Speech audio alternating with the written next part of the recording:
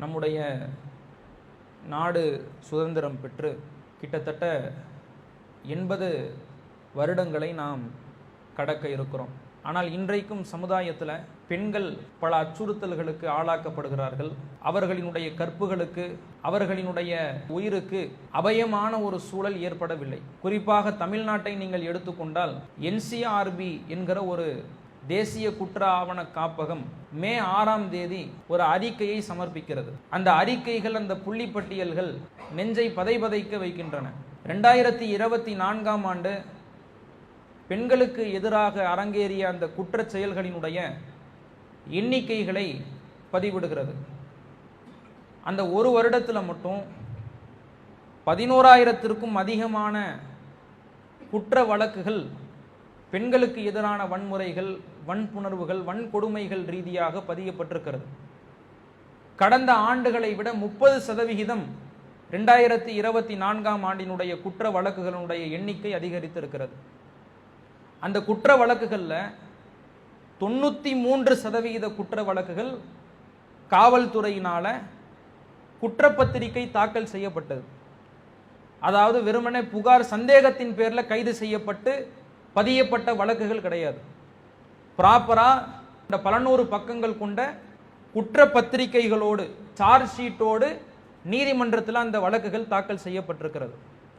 அதில் எந்த அளவுக்கு சொல்றாங்கன்னா, இது நான் சொல்ற எல்லாமே தமிழகத்தில் மட்டும். தமிழ்நாட்டில் ஒவ்வொரு 1,00,000 பெண்கள்லையும் 30 பெண்கள் வன்முறைக்கு ஆளாக்கப்படுகிறார்கள், பாலியல் சீண்டலுக்கு ஆளாக்கப்படுகிறார்கள் என்கிற அறிக்கையை அது சொல்கிறது. அதில் குறிப்பாக அந்த ஒரு வருடத்தில் மட்டும் 419 கற்பழிப்புகள் நடந்திருக்கிறது. பொதுவான பாலியல் துன்புறுத்தல் 421 வழக்குகள் பதிவாக்கப்பட்டிருக்கிறது. பெண்களின் மீதான தாக்குதல் 1237 தாக்குதல் நடந்திருக்கிறது. பின்தொடர்ந்து தொல்லை கொடுத்தல், ஈவ் டீசிங் போன்ற அந்த வழக்குகள் 421 வழக்குகள் பதியப்பட்டிருக்கிறது. பெண்கள் மற்றும் சிறுமிகளை கடத்துதல் கூடிய வழக்குகள் 1911 வழக்குகள் பதியப்பட்டிருக்கிறது. அதே போன்று பெண்கள் மற்றும் சிறுமிகளை கடத்துறது, அவர்களினுடைய குடும்பத்தார்கள் மூலமாக தொல்லை தர்றது, அதை எடுத்துக்கொண்டால் 3344 வழக்குகள் பதியப்பட்டிருக்கிறது. இப்படி அந்த வழக்குகளை எவ்வளவு வன்முறை வழக்குகள் பெண்களுக்கு எதிராக நடந்திருக்கிறது என்று அந்த புள்ளிப்பட்டியல் நமக்கு தெரியப்படுத்துகிறது.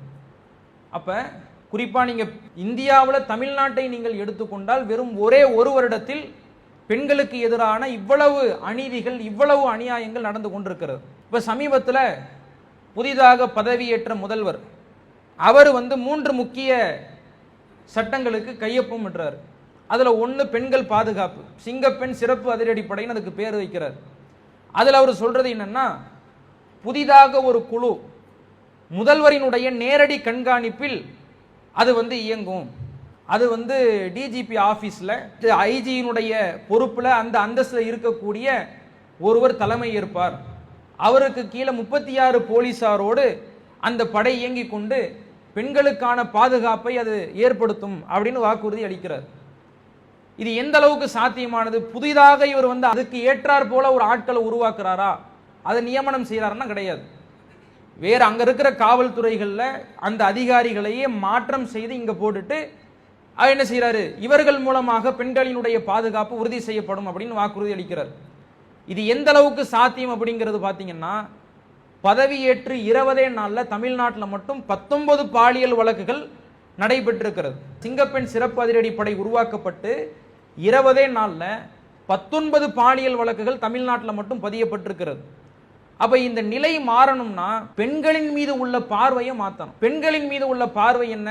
இன்னைக்கு சினிமாவில், சமூக வலைதளங்கள்ல பெண்கள் எப்படி காட்டப்படுகிறார்களோ, பெண்கள் எப்படி காட்சிப்படுத்தப்படுகிறார்களோ, எப்படி ஒரு காட்சி பொருளாக, ஒரு போக பொருளாக பெண்கள் காட்டப்படுகிறார்களோ அந்த நிலை மாறணும். இப்ப சிங்கப்பெண் சிறப்பு அதிரடிப்படைன்னு உருவாக்கி இருக்கிறது, அது ஒரு சினிமா பின்புலத்தில் வந்த பெயரை அடிப்படையாக வைத்துத்தான் அந்த பெயர் சூட்டப்பட்டிருக்கிறது. சினிமாவில் அவன் என்ன காட்டுறான், பெண்களை அவன் எப்படி காட்டுறான்? ஒரு பெண் அரை நிர்வாணியாக அரைகுறை ஆடை அணிந்து கொண்டு அவளை சுத்தி 100 ஆண்கள் ஆடிக்கொண்டிருப்பார்கள். கமர்ஷியல் பிலிம், வணிக படம் அப்படின்னு சொல்லி அந்த பெண்ணை எப்படி காட்டுறான்? ஒரு கருவியா, ஒரு காட்சி பொருளா, ஒரு போக பொருளாக இந்த சமுதாயத்துக்கு காட்டுறான். ஒரு பெண் ஒரு படத்துல ஒரு நடிகனுக்கு தாயா நடிப்பா, அதே பெண் வேற ஒரு படத்துல அவனுக்கு மனைவியா நடிப்பா, அதே பெண் வேற ஒரு படத்துல அவனுக்கு தங்கையா நடிப்பா, அவனுக்கு அக்காவா நடிப்பா. அவ பெண்களை நீங்கள் சினிமாவில் காட்சிப்படுத்தக்கூடிய அந்த காட்சிகளை நீங்கள் பாருங்கள். பெண்களை கடத்துறது, பெண்கள் மேல ஆசிட் அடிக்கிறது, ஒரு பெண் தன்னுடைய காதலை மறுத்து விட்டால் அவளை இழித்து பாட்டு பாடுறது, இது எல்லாமே உங்களுக்கு எதை காட்டுதுன்னா, பெண்கள் அவர்கள் ஒரு மனித பிறவியாக இந்த சினிமா காட்டல.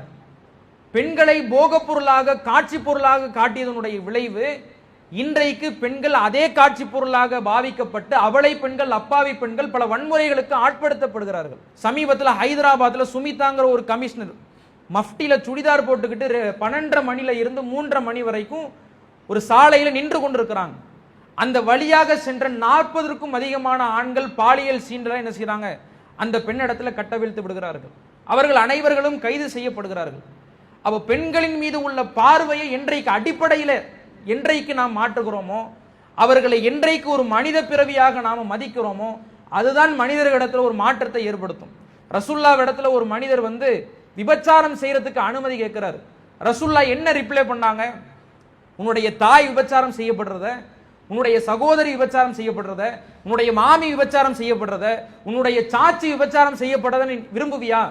நீ ஆசைப்படுவியா? அப்ப எப்படி நீ விரும்ப மாட்டேன்னா, அதை நீ ஆசைப்பட மாட்டேன்னா, நீ எப்படி ஒரு பெண்ணிடத்தில் விபச்சாரம் செய்வ? நீ யாரிடத்தில் விபச்சாரம் செய்கிறாயோ அந்த பெண் யாரோ ஒருவருக்கு தாயாக இருப்பாள், யாரோ ஒருவருக்கு சகோதரியாக இருப்பாள், யாரோ ஒருவனுக்கு மனைவியாக இருப்பாள். என்ன ரசூலுல்லாஹ் என்ன கற்றுக் கொடுக்கிறாங்கன்னா, பெண்களை உன்னுடைய மனைவியை தவிர மற்ற அனைத்து பெண்களையும் நீ தாயாக பார்க்கணும், உன்னுடைய சகோதரியாக பார்க்கணும், உன்னுடைய மாமியாக பார்க்கணும், உன்னுடைய சிற்றன்னையாக பார்க்கணுங்கிற பெண்களின் மீது உள்ள பார்வையை அல்லாஹ்வுடைய தூதர் மாத்துறாங்க. அதனுடைய விளைவுத்தான் அல்லாஹ்வினுடைய தூதர் சவால் விடுக்கிறாங்க. எதிர்காலத்துல ஒரு பெண்மணி அவள் ஹீராவிலிருந்து காபாவுக்கு தவாப் செய்வதற்கு வருவாள். லா தகாஃபு அஹதன் இல்லல்லாஹ், தன்னந்தனியாக வரக்கூடிய அந்த பெண் அல்லாஹ்வை தவிர வேறு யாருக்கும் பயப்பட மாட்டாள், அச்சப்பட மாட்டாள் என்று அல்லாஹ்வுடைய தூதர் சவால் விடுத்தார்கள். எப்படி முடிஞ்சது? ரசூல் ஸல்லல்லாஹு அலைஹி வஸல்லம் அடிப்படையில் தகுக்கிறாங்க. பெண்கள் எப்படி பார்க்கப்பட வேண்டும், அவர்கள் ஒரு காட்சி பொருளாக, கவரும் கருவியாக, போக பொருளாக பார்க்கப்படக்கூடாது, அவர்களின் மீது உள்ள பார்வையை மாற்றணுங்கிற ரசூலுல்லாஹ் உறுதியாக இருந்தார்கள். அதற்காக போராடினார்கள். இன்றைக்கும் அதனுடைய விளைவு நம்முடைய சமுதாய பெண்கள் மனித பிறவியாக பார்க்கப்பட்டு மிக அழகாக மதிக்கப்படுகிறார்கள். அவ பெண்களின் மீது உள்ள பார்வை என்றைக்கு மாறுகிறதோ சமுதாயத்தில் அன்றைக்குத்தான் பெண்களுக்கு பாதுகாப்பு கிடைக்கும் என்று சொல்லி என்னுடைய உரையை முடித்துக் கொள்கிறேன். வாஹிரு தாவாஹும் அல்ஹம்துலில்லாஹி ரப்பில் ஆலமீன். அஸ்ஸலாமு அலைக்கும் வரஹ்மத்துல்லாஹ். அல்லாஹு அக்பர், அல்லாஹு அக்பர்.